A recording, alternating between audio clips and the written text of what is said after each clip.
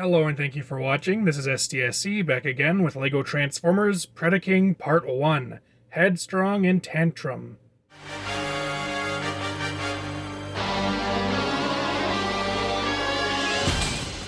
Earlier this year, I felt that it was time for me to finally make my first proper combiner team. Of course, in the past I've made plenty of models that can combine, but I've never made a proper 5-member team. And after some deliberation, I decided that Predaking would be my first combiner for two main reasons. First of all, he has a really easy to work with color scheme. All of his colors are plentiful in the LEGO system, and I wouldn't have to make any substitutions or keep track of parts availability when building him. All of these colors are just super reliable. Really, the only tricky one, I guess, would be orange, but even then, a lot of parts come in orange. And the second reason is that he's a beast former, or rather his components are. I just find that a lot less daunting than trying to make a combiner out of, say, jets or cars. So this week I'll be releasing videos on each independent component of Predaking, and a final video on how they all combine. This first video is a double feature because Headstrong and Tantrum are kind of clones of each other. They effectively use the same build, just with different heads and different color schemes. So there's not really much point in giving them separate videos because I'd be showcasing the same model both times. So let's get one of them out of the way to focus on a single model. Here we have Headstrong in his Rhino mode, where personally I think he looks pretty good, but really only from this angle. If I start to turn him around, you'll see that this Rhino is pretty skinny.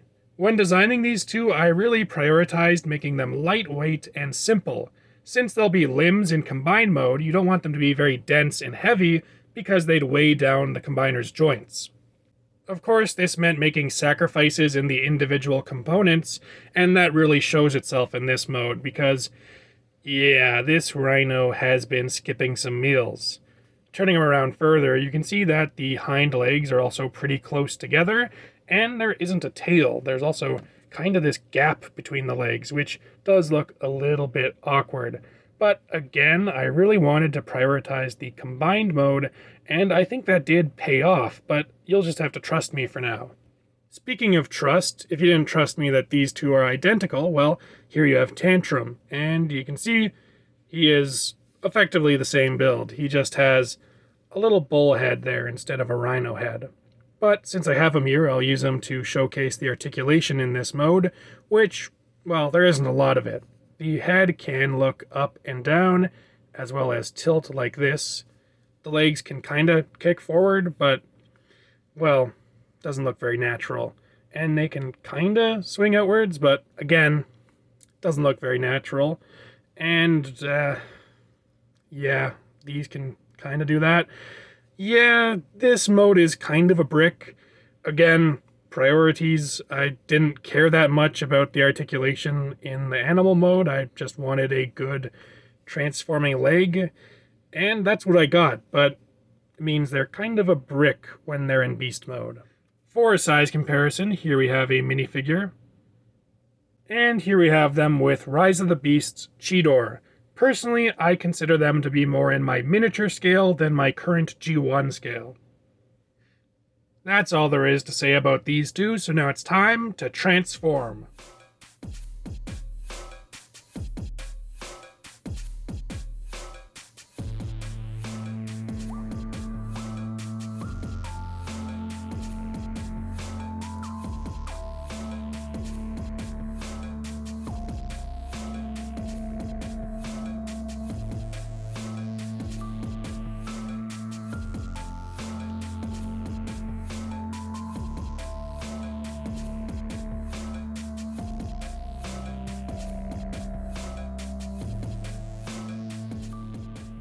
And here we have Headstrong and Tantrum in their robot modes. Like I mentioned earlier, simplicity was a high priority, so their transformations are very quick and not very complex. Once again, let's focus on just one of them.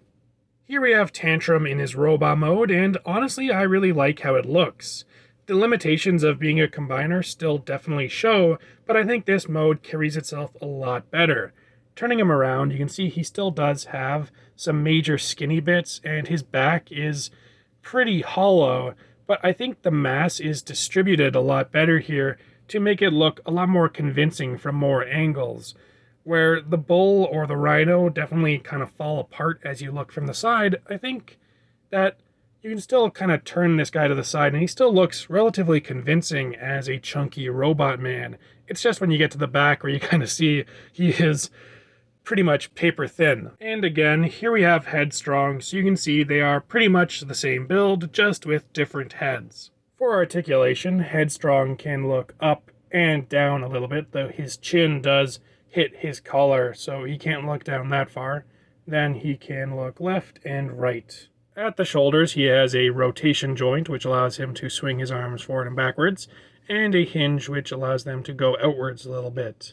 The elbow is pretty much locked. There is a joint here in the shoulder, which I don't think looks any good, and there is this joint if you want to kind of break his elbow, but again, I don't think that looks that good in most instances. But there is a rotation here at the elbow, which can be pretty useful. There's also a rotation at the wrist, as well as a hinge. The hips are mixel joints, which can go forward and backwards, as well as outwards this far. The knee is another mixel joint, which can bend a little under 90 degrees, and unfortunately can't get any swivel, just due to how it's placed.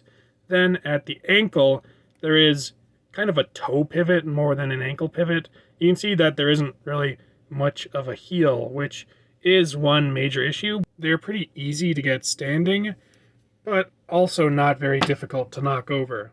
For whatever reason, when building LEGO Transformers, I almost always save the accessories for last. In fact, a lot of the time, I kind of forget to build them, and they end up being kind of an afterthought or a rush job. For these two, instead of just giving them some generic guns, I've given them the responsibility of using the majority of the combiner bits. And in this mode, it's an arsenal. These accessories can be used to armor up Headstrong and Tantrum into what I like to call their berserk forms.